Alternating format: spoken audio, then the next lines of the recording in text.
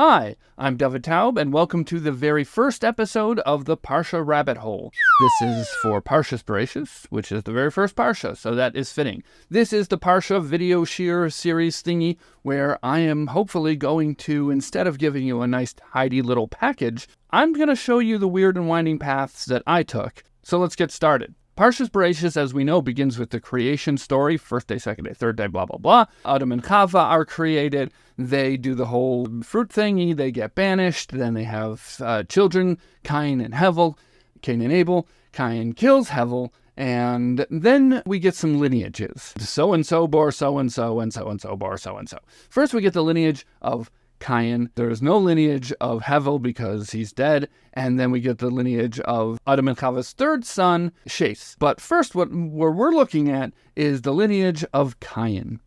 That's Cain. So when we go down the lineage of Cain, eventually we get to Lamech. There's actually two Lamechs. One of them is from Cain, one of them is from Sheth. But we're going to focus on the Cain Lamech, who has 2 wives and 4 children. First wife, they have 2 sons. Second wife, they have a son and a daughter. What I remembered from previous years is that some of these people that are mentioned, some of them are just names, and then some of them, we learned that they established some sort of important concept in civilization. But what I did not remember was the names of all of them, and 2 names jumped out to me in particular, and that was Yovel and Yuval, or Jabal and Jubal. I'm going to say Jabal and Jubal because it sounds funnier. Anyways, here's the verse. It says, V'teled Ada as Yovel, and Ada bore Jabal, and he was the ancestor of all those who dwell in tents and with herds. And his brother was Jubal, who was the father of all who hold the kinor and ugav, which are instruments. So this translation says the lyre and the pipe. Okay, let's just accept that for now. First place we're going to jump into is Rashi. That's always the first go-to commentator that we're going to look at when we're learning the Parsha. So what Rashi does is Rashi brings a medrash that says that Yovel and Yuval, Jabal and Jubal, they didn't just make tents and music. They made tents for idol worship, for avodah zarah, and music to draw people into idol worship, which is kind of a downer. Obviously not to disparage Rashi. Of course, Rashi was a very special and holy person, but Rashi tends to take fun things and just make them a downer. Like half of the people in the Chumash who were kissing somebody, turns out they were just trying to bite them. All right, so here, Rashi takes these nice guys. They invented the concept of tents and music, and he says, no, they were doing it specifically for religious purposes, and not just religious purposes, but for idol worship. Okay, so now Rashi gives us a lead, which is the medrash that he got that from. And if we follow that medrash, what we see is, it says Jubal was the father of all who hold the kinor and the ugav, but then it translates those instruments into Aramaic. And it translates them as adrikalin or borbalin. So I did a little search. What did I find? First of all, it's very hard to search for them because they're spelled in a bajillion different ways. Eventually, I find the definitions of these words, and they come from Greek. Now, the first one, adrikalin, the kinor, which is translated as lyre in the normal translation we have, which is like a harpy thingy.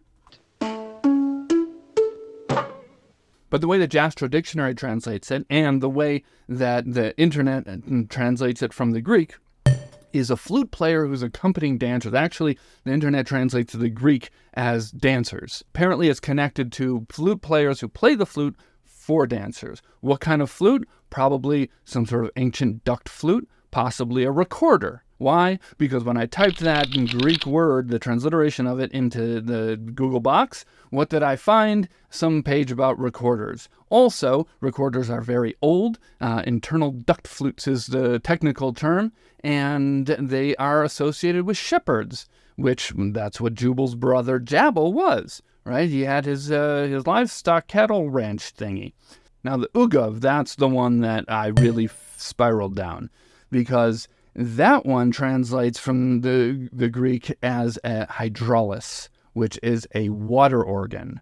A water organ is an organ that air passes through it to make the sound, but that air is pushed through the force of water, and they have to pump water into it to make it go, and it's all burbly and watery, and it looks and sounds like this.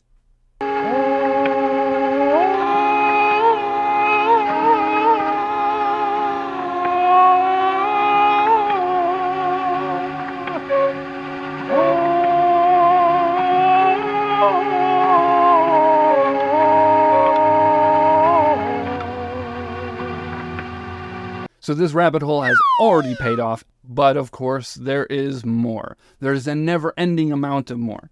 Remember Rashi said, why did they invent tents and music? Because it was for avodah zarah, for idol worship. Well, the Aderes Eliyahu, which is the Vilna Gaon, says differently. He seems to grab onto the idea that Ada gave birth first before Lamech's other wife Tzila, and adds on to that and says that wasn't the only good thing that happened to her, but she also merited to have wonderful sons who created beautiful things. Jabal created tents not for idol worship, but for God. Also, when it says that he tended herds and invented animal domestication, which means that he was praying to and serving the Lord in solitude off on his cattle ranch in Arizona. So now we got Rashi's version that they were idol worship guys and they invented these things for idol worship. And now we got the Gra, who says that yes, it was for religious purposes, but it was for monotheistic religious purposes, for serving the true God. But the Malbim says differently. He gives us a less religious interpretation and puts it more in the grand scheme of the development of civilization. What he says is that when Jabal started domesticating animals, he wasn't just inventing animal domestication.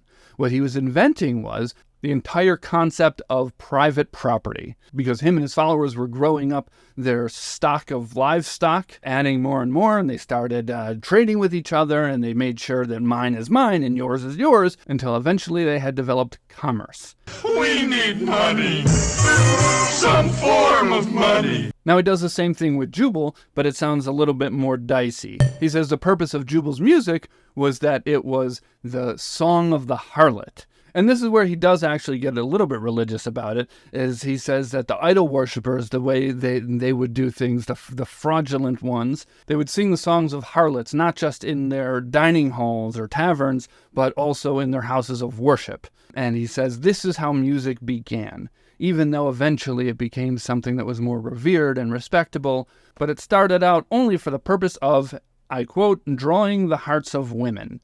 In order to make his cave girls smile, he had to improve his whistle style.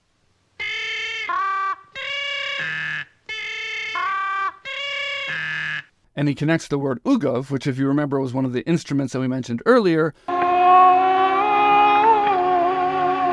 to the phrase Shir Agavim, which is from a pasuk in Yechezkel, from Ezekiel, and it means love songs. So then that means that what did Jubal invent?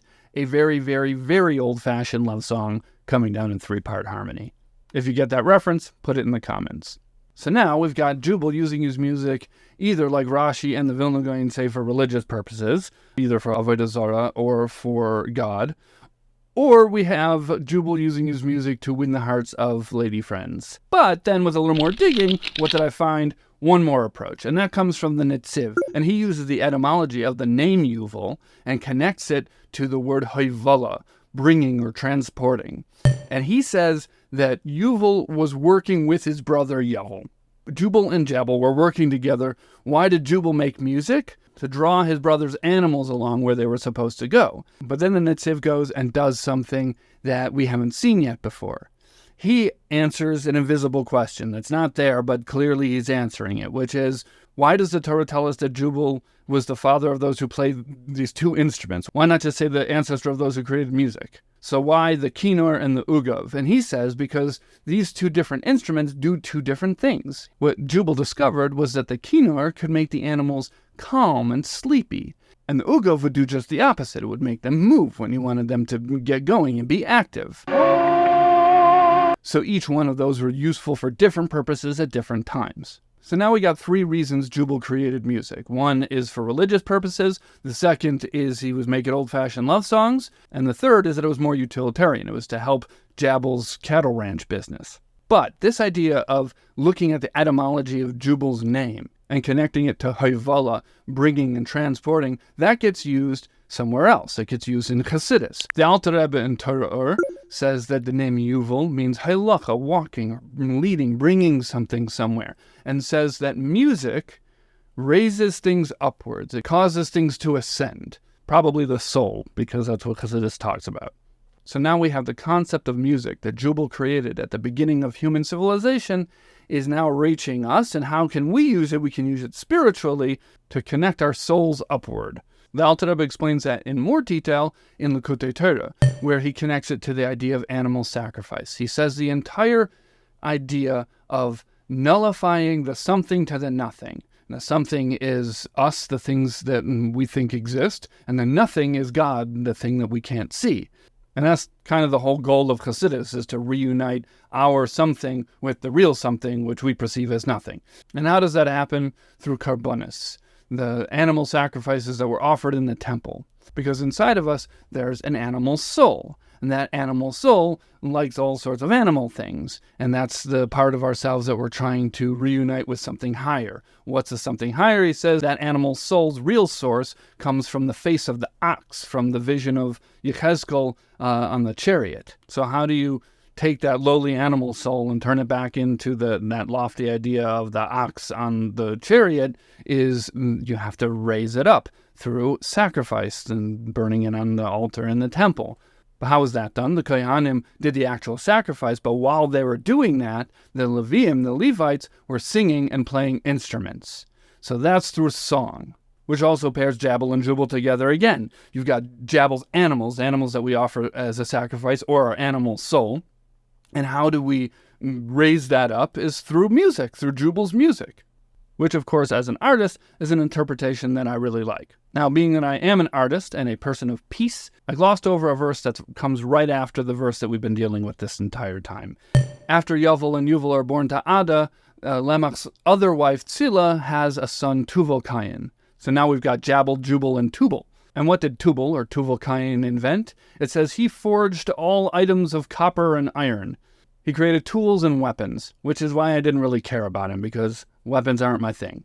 But he had a sister, Nama, and not only is she more interesting than him, she actually makes him more interesting.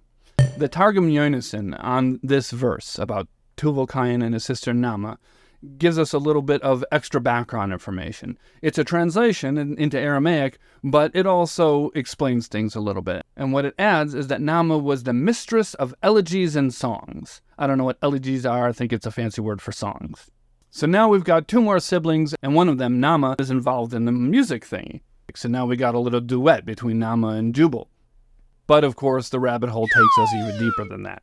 Abarbanel quotes Josephus, who is a Roman Jewish historian, and in Josephus's Antiquities of the Jews, Josephus tells us even more background information. He says that Yuval learned how to make music because he would listen to his brother Tuval Cain banging on the hammer, and he would start playing music along with the beat. Abarbanel goes further and says that Nama started singing because she would listen to Yuval's music and create songs unique to the instrumental music that Yuval was playing. So now it's not just a duet, it's a whole family band,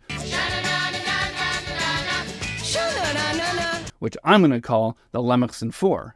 We got Jabal, the road manager, with his tents taking care of the tour bus. We got Jubal on the hydraulics. We got Tuval Cain doing percussion with his hammer. And we've got Nama on lead vocals. So now our journey down the rabbit hole has shown us that the Torah has given us an explanation for how civilization developed, and more importantly, given us the beautiful gift of the Lemechson family band. But the question we might be asking is, why does the Torah have to tell us this? Like, yeah, it's interesting to know how civilization started, but why does the Torah need us to know that? So according to Adair Eliyahu, the Vilna Gaon, he says the whole reason why all this stuff is in here is so that we can learn how various different skills were spread throughout the world. Just like later on, we learned by the Tower of Babel, by Migdal Bavel, the Dor HaFlaga, we learned about the scattering of the people and their languages all over the world, which teaches us how people got all over the place. Why does he say that's important, the Vilna Gaon? In order to negate the beliefs of the Epicureusim, the heretics, that the world is ancient. And I guess that all of this developed through evolution, maybe. I don't know exactly what heretical ideas were existing in a couple hundred years ago in the times of the Vilna Gaon, but something he didn't like, and he felt that the Torah wanted us to know that this is how things were established. Okay, great. So now we know that the reason why we have this whole story about all of these various different people developing different cornerstones of human civilization is so that we understand exactly how they developed from the creation story and got to us. But I'm going to throw a monkey wrench into that. Because in the very next Parsha, what happens? There's a flood, and everyone is wiped out except for Noah, and his family. And Noah was from the lineage of Seth, and not from the lineage of Cain. So all of these Cain descendants that we've been talking about, Jabal and Jubal and Tubal and Nama, they died out. So the question becomes, how did all of their gifts to the development of civilization make a difference and get continued on? But the answer to that could be very simple. Some of you, your ears may have perked up when you heard the name Nama. Why? Raise your hand if you know who Nama was. That's right, 4 of you. Nama was the wife of Noach. And according to Rashi, that's exactly who we're talking about. On that verse where Nama is mentioned, Rashi explains this is the wife of Noach. But, monkey wrench number 2. Of course we can't just have one opinion. We're Jews. There's got to be multiple opinions. And that's exactly what happens in the Midrash. One opinion says, yes, Nama, this is Noach's wife. The other opinion says, no, Noach's wife Nama was a different Nama who isn't even mentioned at all, and that she was descended from Seth, from Shase. So the whole lineage comes from Shase and not from Cain, and in which case, we're back to our problem, which is, how did all of these innovations of society make it to us? So I raised this question to those close to me, and somebody gave me the very logical and reasonable answer that maybe once these things were innovated and created, they stuck around. But I think that there's a more interesting answer, and it involves gremlins. The Ramban, Nachmanides, raises a different problem with this Nama controversy.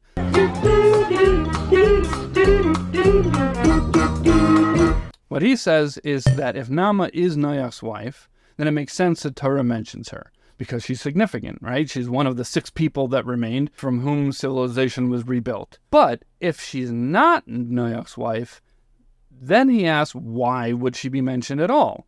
But he says that there's another medrash that makes her important, and that one is about gremlins. The Hebrew word is shadim. Sometimes people don't even say it, they just spell it out, shin daled, and it's often translated as demons. I don't like that translation because the word demon often has other religious connotations, and also the way that the shadim are talked about in the Gemara, they're just kind of mischievous little things going around, kind of causing trouble. They're not that bad, they're not evil. And therefore, I think the word gremlin is a better translation, and that's what I'm going to say. According to the Zohar, this Nama, the Nama that's not the wife of Noah, is the mother of the Shadim, the mother of all gremlins. And not just the mother of any gremlins, specifically the mother of Ashmedai, the king of the gremlins. Okay, but still, how does that solve our problem? How did all of Jabal and Jubal and Tubal and Nama's teachings make it down to us if they all died out in the flood? So far, we've just been exploring the information that exists. Now I'm going to start pulling them all together to draw conclusions, and you can take it or leave it. But here it goes. What we're going to learn in next week's Parsha, Parshas Noach, when we learn about the flood, is that it wasn't just human beings and animals that made it onto the ark. The verse says, "Umikol chai, umikol basar," from all living things and from all flesh, you should take 2 of them onto the ark. Okay, great. Take 2 of every animal. Fantastic. But why does it say it twice? Kol chai, kol basar, all life and all flesh. According to Rashi, it's to include not just living things that have flesh and bodies, but to include also living things that are alive but don't have bodies. What's that? Gremlins. So now we have a way that music got to us. How? Through the gremlins. They somehow made their way onto the ark, and that's how we have music. Again, I'm making that up. Nobody says that. I'm putting 2 and 2 together and drawing that conclusion. If the musical Nama was not Noach's wife, but was the mother of gremlins, then the way we got music was through the gremlins.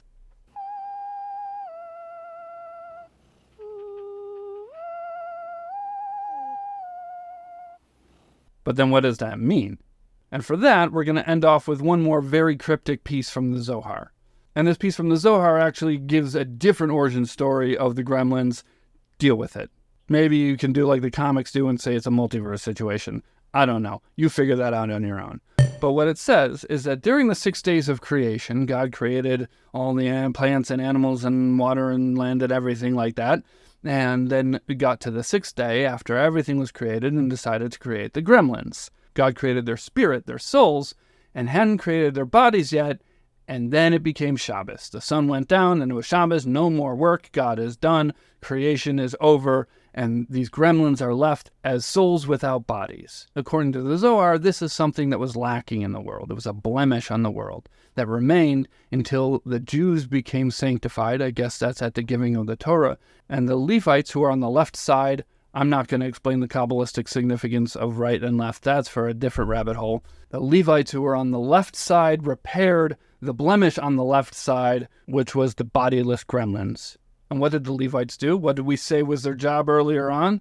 They sang during the temple sacrifices, which could all add up to this. We got the music from the gremlins, and then we used the music to help the gremlins, which I think is wonderful. And so, as an artist, and I hope this isn't presumptuous, but as a representative of the Jewish artist community, I reach out a hand to the gremlin community and say, Gremlin brothers and sisters, we're all in this together. Okay, this has been the Parsha Rabbit Hole, and I have counted at least 4 things in this video that people could yell at me about in the comments. If you've spotted them, yell at me below. And if you ask any questions in the comments that I don't know the answer to and I have to look it up and it leads me down another rabbit hole and I find something new and interesting, maybe I'll make a short video during the week about it. So put those below too. All right, thanks for following me down the rabbit hole. I hope you find your way out.